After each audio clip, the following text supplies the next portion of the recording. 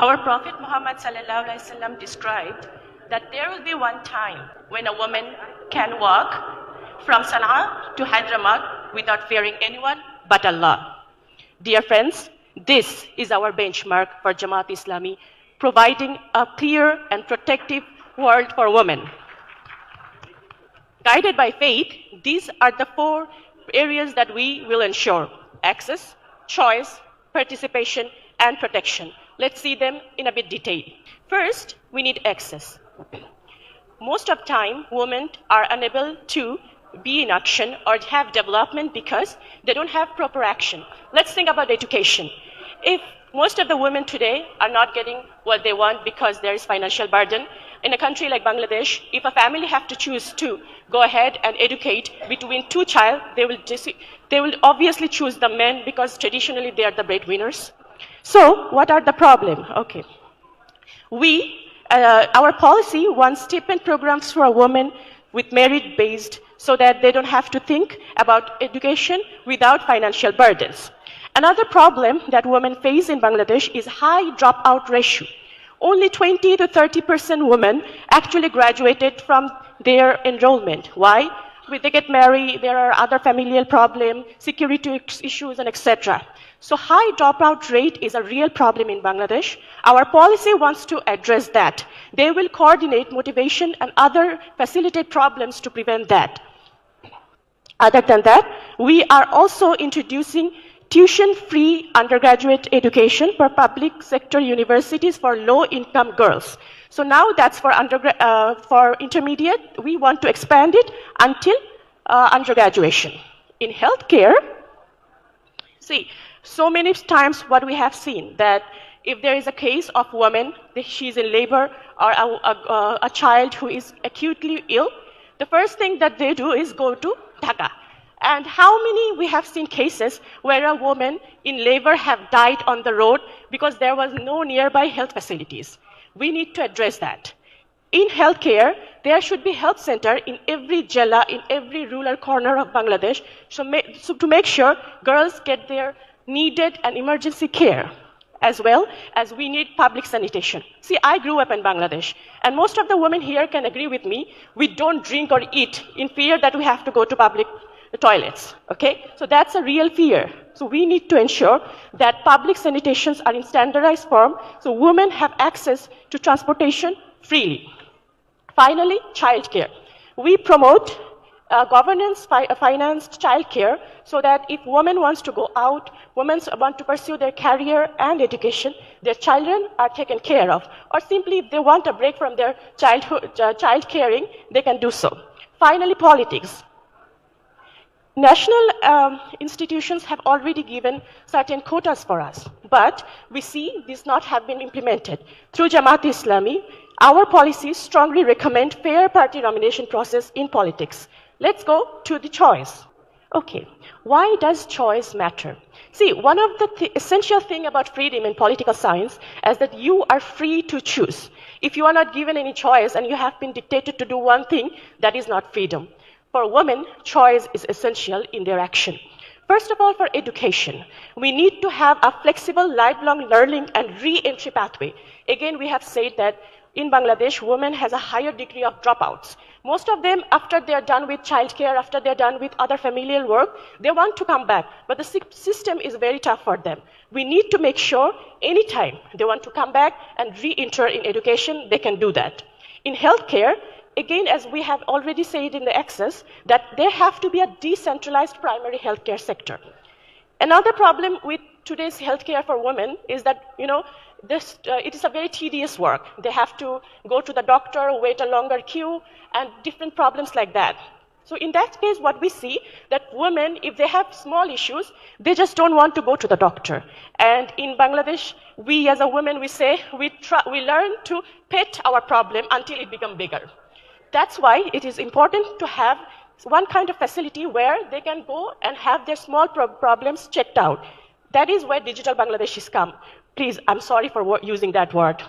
Anyway, Digital Bangladesh is a Bangladesh for all of us. And here, digital health and telemedicine should be available especially for women so they can have their health checked within the comfort of their home. Here, another problem we have is we have traditional midwives who are essential, especially for women in rural areas. In developed countries, midwives are professionally acknowledged and skilled. But here, since we are not giving them professional acknowledgement, they have their independent practice, and we see a lot of more neonatal cases, neonatal death cases because of it. So our policy says we will be giving skilled midwives professional recognition. In employment, we will be also increasing the digital economy. 57% freelancers are girls in Bangladesh. So this is an important sector where we will be giving further care. Again, childcare should be available so that they can choose if they want to take the care or not. Also, flexible working hour. This one is a heated one, right? But I, as a gender specialist, I have been working with women in Bangladesh, in Malaysia, in Western countries, and we have seen that most of the time, especially mothers, especially people who have other works and home, wants a flexible hour. Those who don't, fine, but we should have the right to choice, and we should have the right to choose if we want to work less or more, and we should never have to choose between balancing our family and work. Let's go to the next one. Participation. Choice is there, but if you're not taking the choice, if you're not participating, what's the issue of it? What's the use of it, right? Let's go to participation. In education, as we have already mentioned in other presentation, more women are enrolling than men. That's a good sign. The problem is it's certain areas, core issues or core subjects like STEM, women are participating less. So that is when we see IT or ICT sectors and we see less women, it has to start from education. If they're not in the education, how are they going to participate in other sectors if they're not educated in that field, right? That's why this policy promotes participation in STEM scholarships.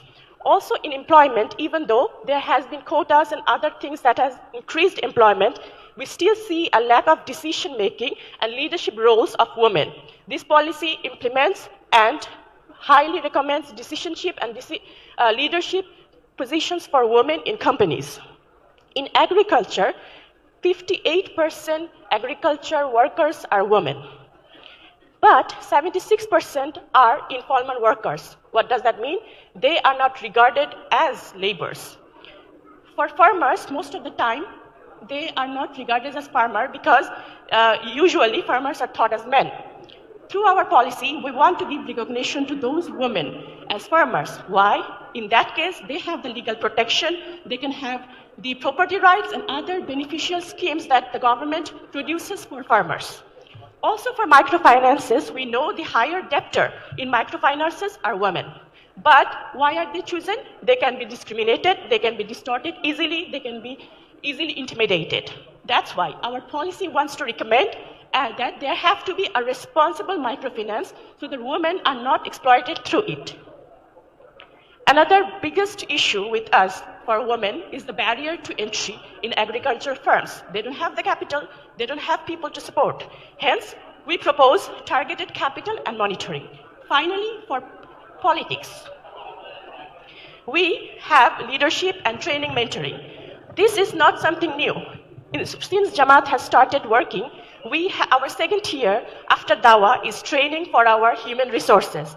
And actually, our people, those who are in Bangladesh Jamaat Islami Women Front, have been trained in the field. A lot of people think that we are not in the politics or we are not visible in the politics. But I want to state one interesting fact. Last 10 years, everybody knows what happened to us. We are discriminated, people, we have been abducted and all, right?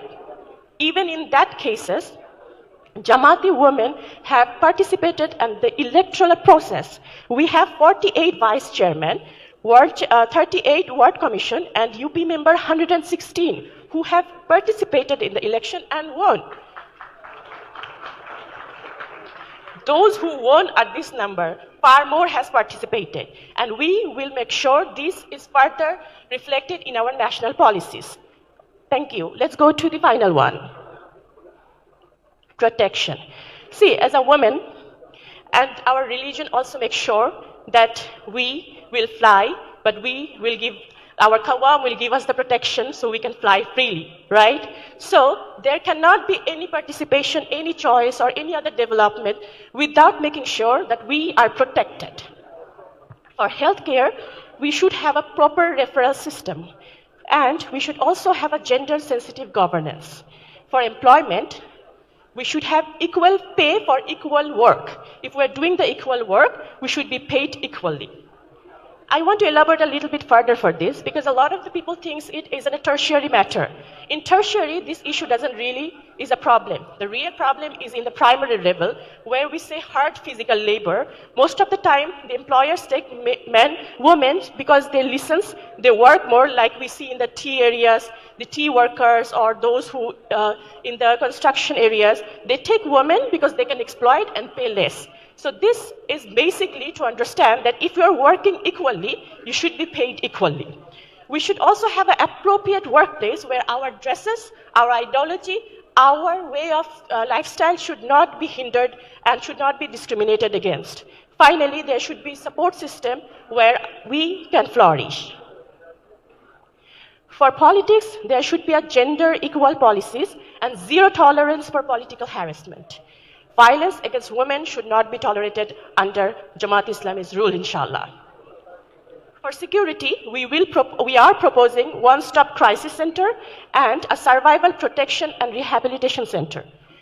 Most of the domestic violence abusers cannot get out of the cycle of abuse because they have nowhere to go. We want to make sure we have a place for them so they can re-assimilate into the society. Judicial accountability is important. Zero tolerance for any policies that have harassment for women. And there have to be a social campaign for awareness. We cannot be protected if people are still negligent about us. We have a he and she movement. We have a movement where property rights about women are highly acknowledged, and we also have other awareness. We need all of us, men, women, everyone together to make sure we have a proper country where we are feeling safe, we have a choice, and we have proper protection. Now, the policies are all interesting, but if we don't have an implementation properly, it is of no use. Right, Madhyapu?